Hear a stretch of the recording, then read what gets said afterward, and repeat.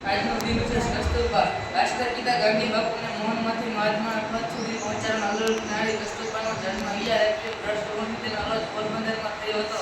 13 વર્ષની નાની ઉંમરમાં પૂજ્યપાના લગ્ન ગાંધીજી સાથે થયા.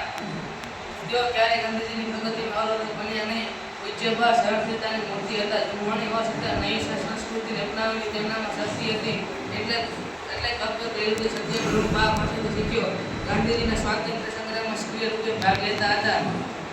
ઈસવીસન 1942 હિંસક આંદોલન સમયે તેમની ધરપકડ થઈ.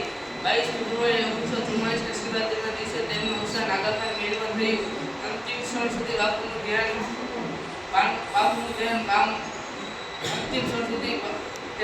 બાપુમાં જ હતું. બાના મૃત્યુ સમયે બાપુએ કહેલું કે બા મારા જીવનમાં હોય એવી ભાગ્ય હતા. તેમના મૃત્યુથી મારા જીવનમાં શુભકાર છવાઈ ગયો છે. તેની પૂર્તિ નહીં થઈ